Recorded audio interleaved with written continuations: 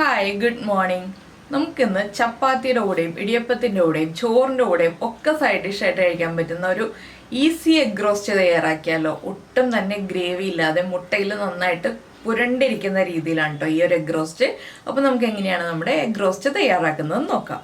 നമുക്ക് നമ്മുടെ ഇൻഗ്രീഡിയൻസ് നോക്കാം. ഞാനിപ്പോൾ 3 മുട്ട എടുത്തിട്ടുണ്ട്. 3 മുട്ടയ്ക്ക് 3 മീഡിയം വലിപ്പമുള്ള സവോള എടുത്തിട്ടുണ്ട്.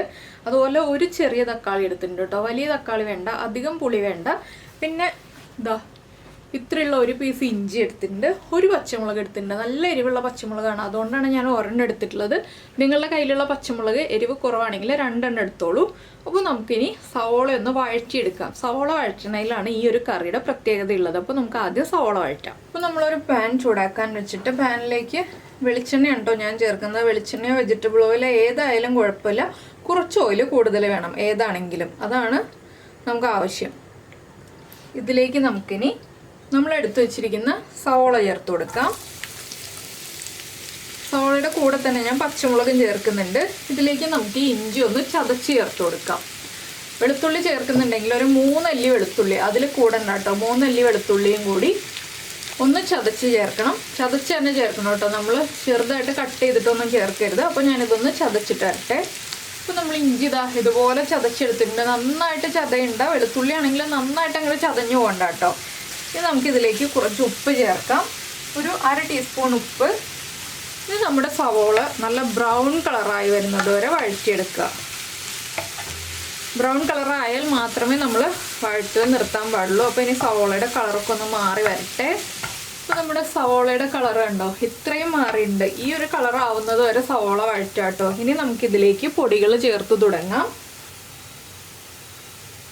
1/4 ടീസ്പൂൺ മല്ലിപ്പൊടി, 1/4 ടീസ്പൂൺ മഞ്ഞൾപ്പൊടി, 1/2 ടീസ്പൂൺ എരിവുള്ള മുളക് പൊടി. എരിവുള്ള മുളക് പൊടി ആണെങ്കിൽ 1/2 ടീസ്പൂൺ, കാശ്മീരി ചില്ലി പൗഡർ ആണെങ്കിൽ 1 ടീസ്പൂൺ, 3/4 ടീസ്പൂൺ ഗരം മസാലപ്പൊടി. ഇത്രയും ചേർത്തിട്ട് നന്നായിട്ടൊന്ന് ഇളക്കി കൊടുക്കുക. ഈ പൊടികളുടെ റോ ടേസ്റ്റ് മാറി വരുന്നത് വരെ 1 മിനിറ്റ് ഒന്ന് ഇളക്കി കൊടുക്കുക. ലോ ഫ്ലെയിമിൽ വെച്ചിട്ട് തന്നെ ഇളക്കി കൊടുക്കണം. ഇനി നമുക്ക് ഇതിലേക്ക് വേണ്ടത് ചൂടുവെള്ളം കേട്ടോ. നല്ല തിളയ്ക്കാറായ അത്രയും ചൂടുള്ള വെള്ളം, അല്ലെങ്കിൽ തിളച്ച വെള്ളം, അത് ചേർക്കണം. അപ്പോൾ നിങ്ങൾ വെള്ളമൊക്കെ റെഡിയാക്കി വെച്ചോളൂ. ഇനി ഞാൻ ഇതിലേക്ക് ചേർക്കുന്നത് തക്കാളിയാണ്. ഏറ്റവും തിന്നായിട്ട് കട്ട് ചെയ്ത തക്കാളി.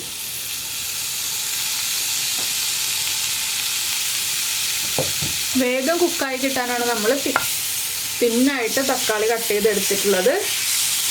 ഇനി തക്കാളിയും കൂടി ചേർത്തൊന്ന് വഴറ്റിയെടുക്കുക. തക്കാളി അധികം വഴന്ന് പോവണ്ട. തക്കാളി ഇനി നമ്മൾ ബാക്കിയുള്ള കാര്യങ്ങളൊക്കെ ഒന്നൊന്നായിട്ട് ചേർത്ത് വരുമ്പോൾ കുക്കായിക്കോളും. ഇതിലേക്ക് ഇനി ഒരു തണ്ട് കറിവേപ്പിലയും കൂടി ചേർക്കാം.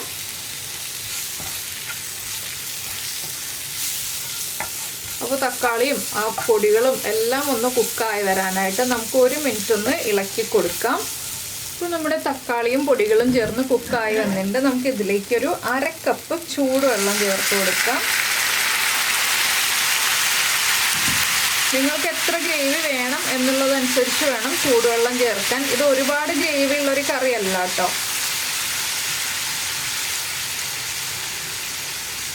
നന്നായിട്ടൊന്ന് ഇളക്കി മിക്സ് ചെയ്യുക.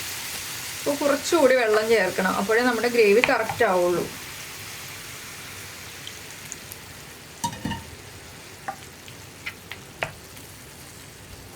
ഒന്ന് ഇളക്കി മിക്സ് ചെയ്തിട്ട് നമുക്കിനി ഇതിലേക്ക് ഉപ്പ് ആവശ്യത്തിന് ചേർത്ത് കൊടുക്കാം.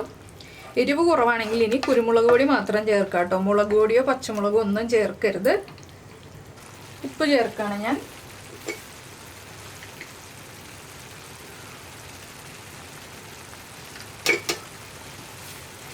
ഉപ്പ് ചേർത്തൊന്ന് മിക്സ് ചെയ്തിട്ട് നമുക്കിതിലേക്ക് നമ്മൾ വേവിച്ച് വെച്ചിരിക്കുന്ന മുട്ട ചേർത്ത് കൊടുക്കാം. മുട്ട നമുക്ക് വരഞ്ഞ് ചേർക്കാം കേട്ടോ. മുട്ടയിലേക്ക് ഉപ്പും മസാലകളും ഒക്കെ ഒന്ന് പിടിക്കാനായിട്ട്.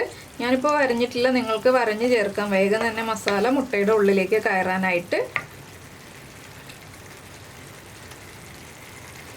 ഇനി നമുക്ക് മസാല മുട്ടയുടെ മുകളിലേക്ക് ഇട്ടിട്ട് ഒരു 3 മിനിറ്റ് ഒന്ന് അടച്ചു വെച്ച് വേവിച്ചെടുക്കാം. എണ്ണയൊക്കെ ഒന്ന് തെളിഞ്ഞു വരുന്നത് വരെ ലോ ഫ്ലെയിമിൽ വെച്ചിട്ട് അടച്ചു വെക്കാം കേട്ടോ.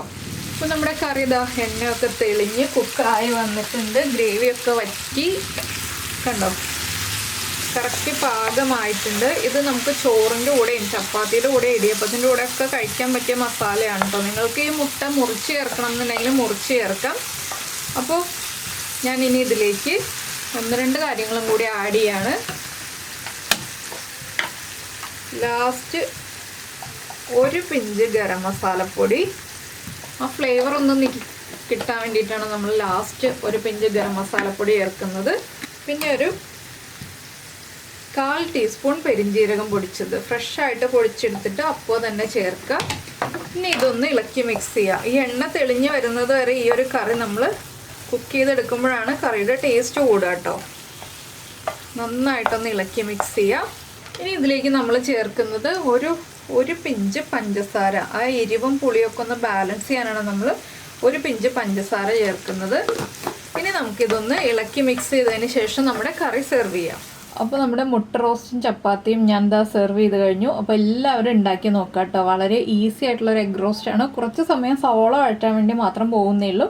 അപ്പോൾ നിങ്ങൾ ഉണ്ടാക്കി നോക്കിയിട്ട് ഇഷ്ടമായി കഴിഞ്ഞാൽ ഉറപ്പായിട്ടും ഒന്ന് ലൈക്ക് ചെയ്യണേ. അതുപോലെ തന്നെ എല്ലാവരും ഒന്ന് ഉണ്ടാക്കിയും കൂടി നോക്കണേ. അപ്പോൾ നിങ്ങൾക്ക് ഉണ്ടാക്കി നോക്കിയിട്ട് ഇഷ്ടമായാൽ കമൻറ്റ് ചെയ്യുമല്ലോ. പിന്നെ നമ്മുടെ ചാനൽ ആദ്യമായിട്ട് കാണുകയാണെങ്കിൽ നമ്മുടെ വീഡിയോ പ്രസൻറ്റ് ചെയ്യുന്ന രീതിയൊക്കെ ഇഷ്ടമായി എന്നുണ്ടെങ്കിൽ നമ്മുടെ ചാനലൊന്ന് സബ്സ്ക്രൈബ് ചെയ്ത് സപ്പോർട്ട് ചെയ്യണേ. അപ്പോൾ നമുക്ക് നമ്മുടെ അടുത്ത റെസിപ്പിയുമായിട്ട് അടുത്ത ദിവസം വീണ്ടും കാണാം.